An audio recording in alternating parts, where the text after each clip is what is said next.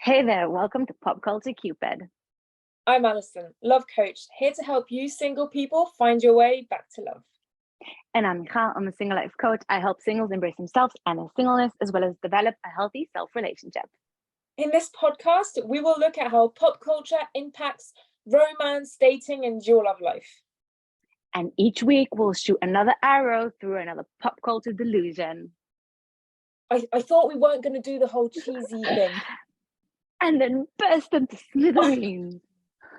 Oh my god, dude, that's so cringe! Sorry, it's in the intro now.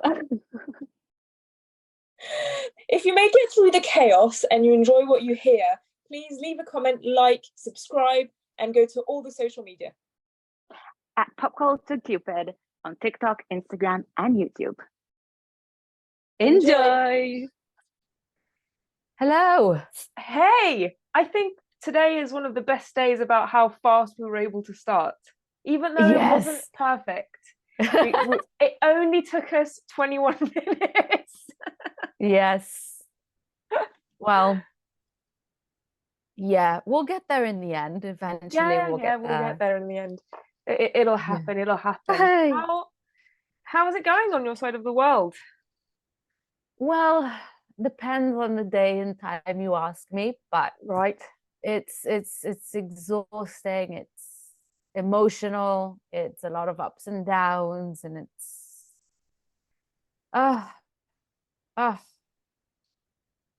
yeah.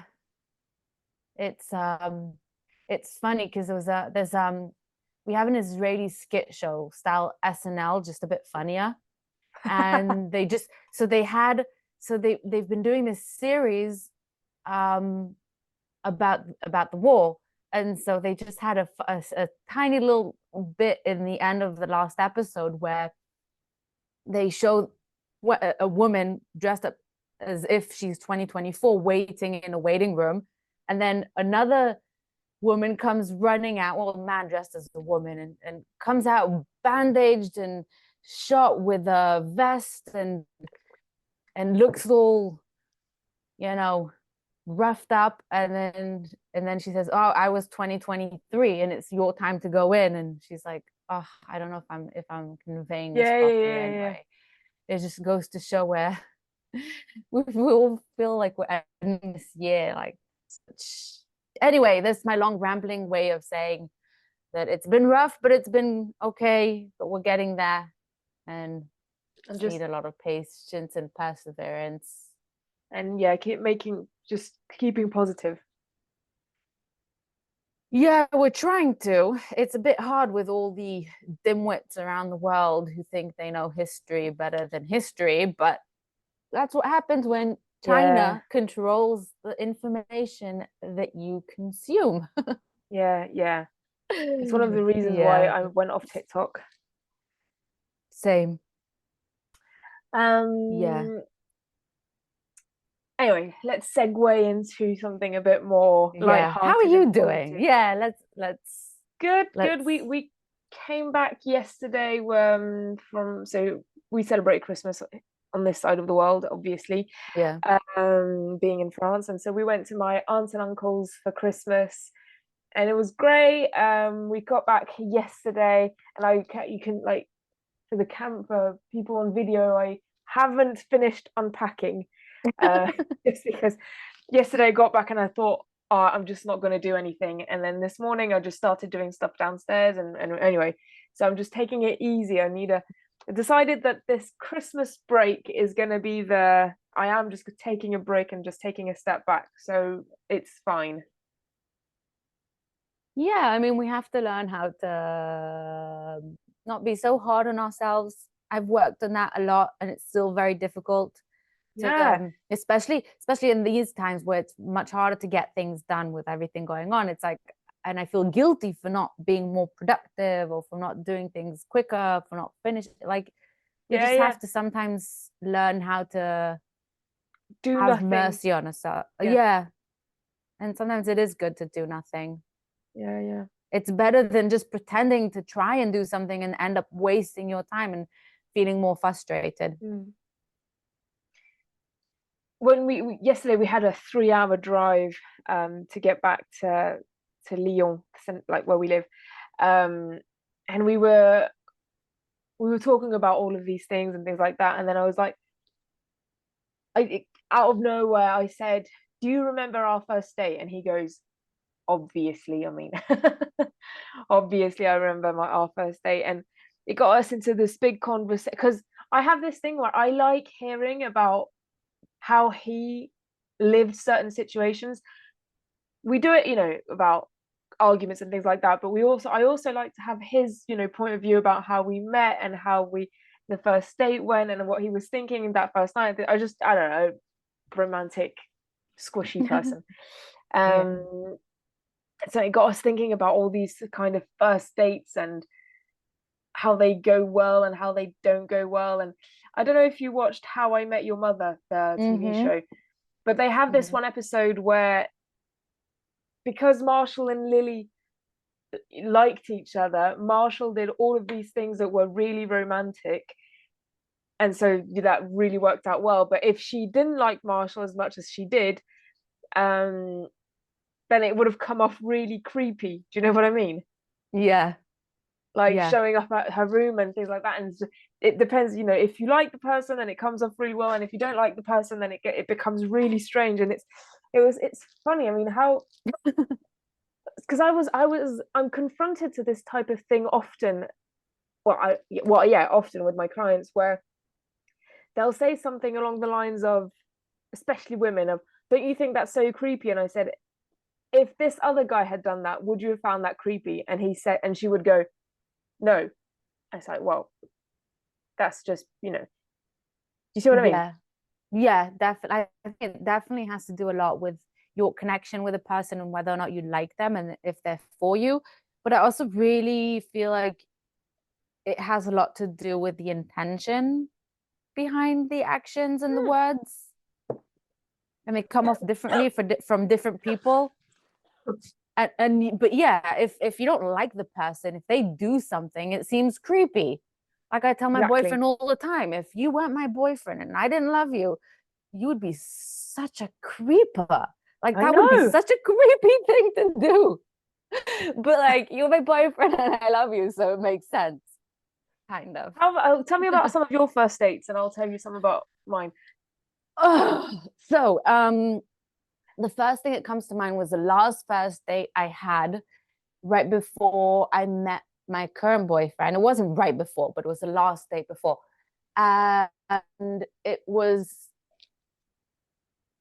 such a huge reminder why I stopped just going out on dates and why I stopped using the apps.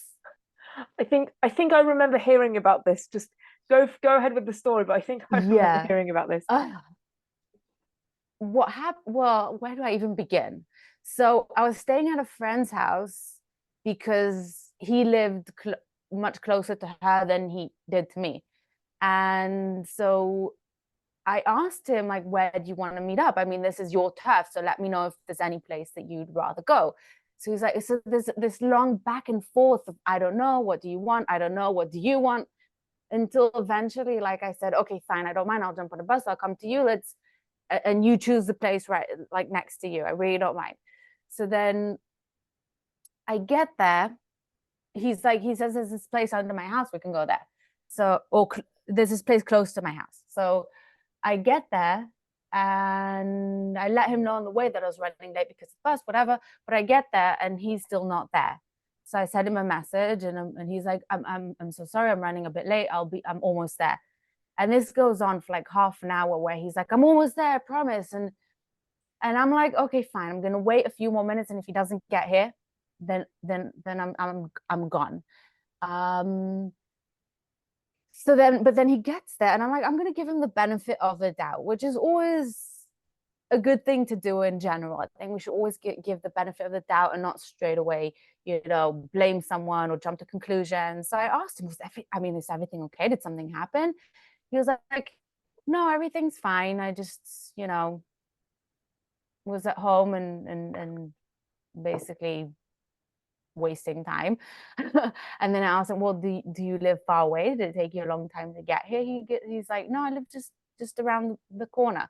And I'm like, okay, so what was the big, and also I have to point out that he looked nothing like his pictures. Oh, that's horrible. Which I'm fine. Like, I mean, he was much more overweight than he was in his pictures, which he wasn't overweight at all in his pictures, which is fine. It's okay. Every person and their type, but like, don't put misleading pictures. Anyway, we sit down, and this place that he took me to is like a burger joint, which is very weird. Like, it's not even, you didn't put any thought into it. It's just like this random place under his house. We order drinks, and I come to realize that he's like high as a kite. Oh my God.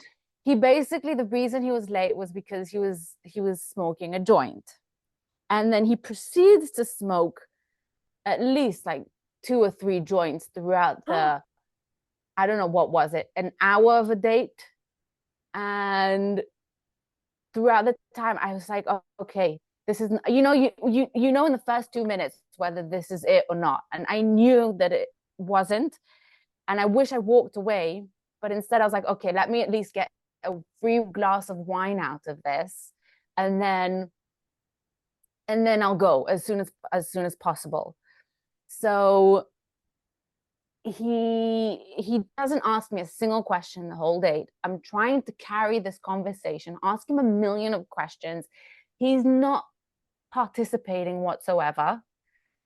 And long story short, I tell him I have to go, and he's like, oh, pouty face, oh no, you have to go. In his mind, the date was going so well. And then he goes to pay, and he brings out this, it's called a Cebus card in Israel. It's like basically a card that you get from work to pay for food. Yeah. So he's like, I see. Yeah, and he's like, yeah, I use this card only to impress on dates. And I'm like, there's nothing impressive about that, but okay. And then I was trying to get away from him. Why would you say it as well? Yeah, I don't know. He was high. So then, and then he's God, this is a long story, but we're almost at the end. So I was trying to get away from him, but he insists on coming with me to the bus stop. And I'm like, okay, fine. And then he's like, he comes to me to the bus stop, and I see him looking on a taxi app, and I'm like, and he's like, I'm contemplating whether to walk or not, or take a taxi. And I'm like, but didn't you say you live right around the corner? And he's like, yeah, I live, but it's like a 5-minute walk, and I can't be bothered. Wow. And he was like, he even tried to get me to come back to his place with him. He was like convinced that it was a great date. And so, yeah. And then a few days later, he wrote, I can't remember when it was, like the next day or the day after, he wrote to me, hi. And I give as much as I get. I'm not, like, if you're not going to put in any effort, neither am I, especially if I don't care, and they go hi back. And I can't remember if I think he responded something, and then I just like, I'm going to allow myself to ghost him because this person is not worth another minute of my time. And yeah, that's the... yeah, that thing about ghosting is a good point where, but people get so kind of up in arms about ghosting and things like that. And it's like, how many dates have you been on with this person? Like, really, how much interaction have you had with each other and things like that? And when it's been 3, 4, 5 dates, I understand then, and that's a bit annoying. But when it's just been 1 date, it's just like, it's the effort. People get offended about anything. Yeah, gotta love that. Everything's offensive. Even the truth is offensive these days, which is hilarious to me. But that's beside the point. Yeah. Again,